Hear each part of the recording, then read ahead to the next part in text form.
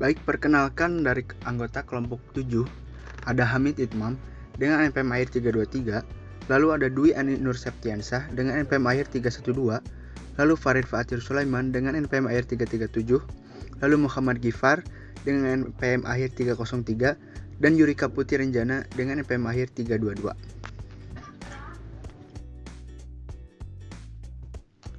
Pendahuluan.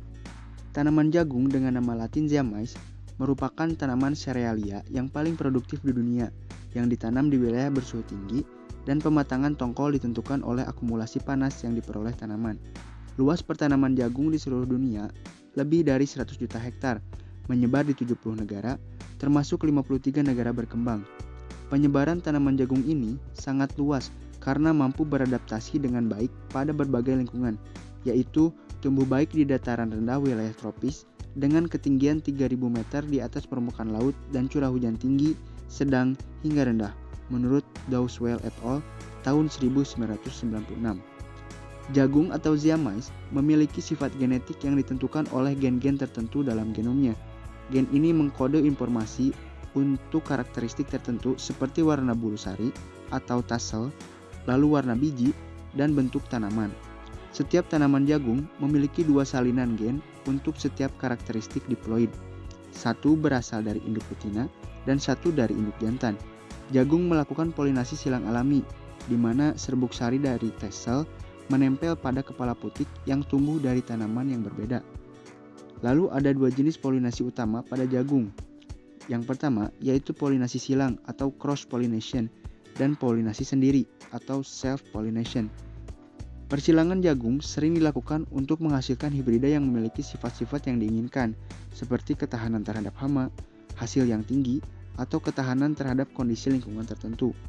Dan hibrida hasil dari persilangan tersebut seringkali lebih unggul dibandingkan dengan varietas murni karena menggabungkan sifat-sifat yang baik dari kedua induk.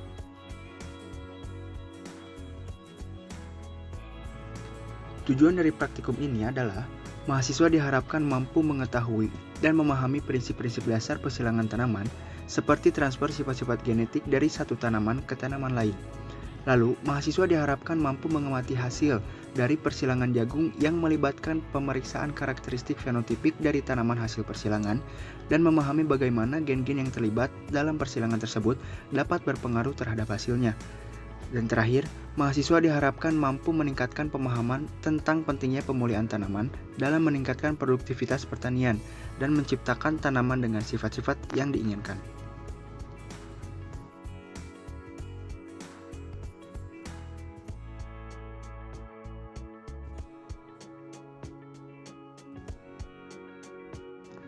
Berikut hasil self-pollination yang persilangannya dilakukan secara buatan pada tanggal 10 November 2023 dan dipanen di tanggal 28 November 2023.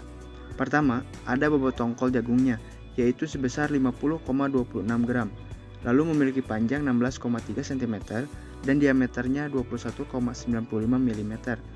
Lalu jumlah biji dalam tongkolnya yaitu berjumlah 6 biji yang memiliki warna light yellow atau dalam kodenya yaitu 12C. Lalu bentuknya itu flint atau dijuluki biji jagung tipe mutiara karena memiliki bentuk bulat licin, mengkilap, dan keras.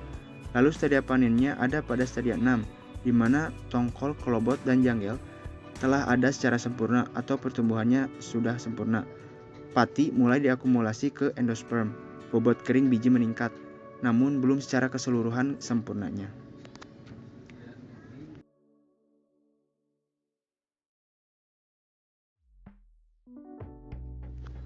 Berikut adalah hasil cross-pollination yang persilangannya juga dilakukan secara buatan pada tanggal 10 November 2023 dan dipanen di tanggal 28 November 2023.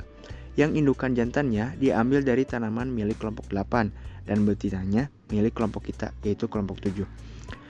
Hasilnya yaitu pertama ada bobot tongkol jagungnya yaitu sebesar 57,52 gram.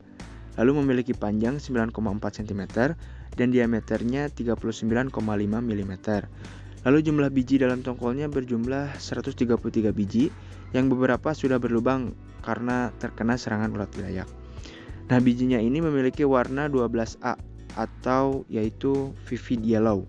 Lalu bentuknya flint atau dijuluki biji agung tipe mutiara. Nah, bentuknya ini sama dengan jagung hasil self pollination-nya. Nah, kenapa disebut flint? Karena berbentuk bulat licin, mengkilap dan keras.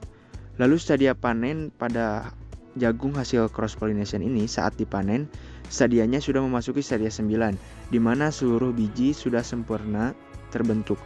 Embrio sudah masak, akumulasi bahan kering dalam biji akan segera terhenti. Namun belum bisa dikatakan masak fisiologis.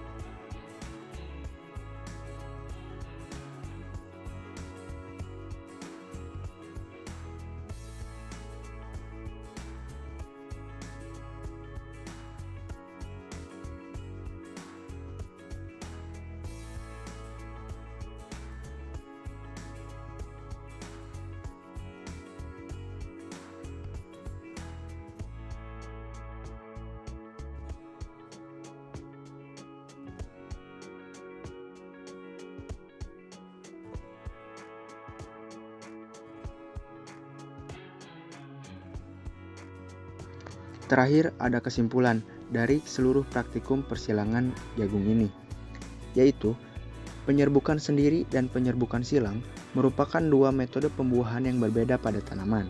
Penyerbukan sendiri terjadi jika induk jantan dan betina berasal dari tanaman yang sama, sedangkan penyerbukan silang akan terjadi jika induk jantan dan betina berasal dari tanaman yang berbeda.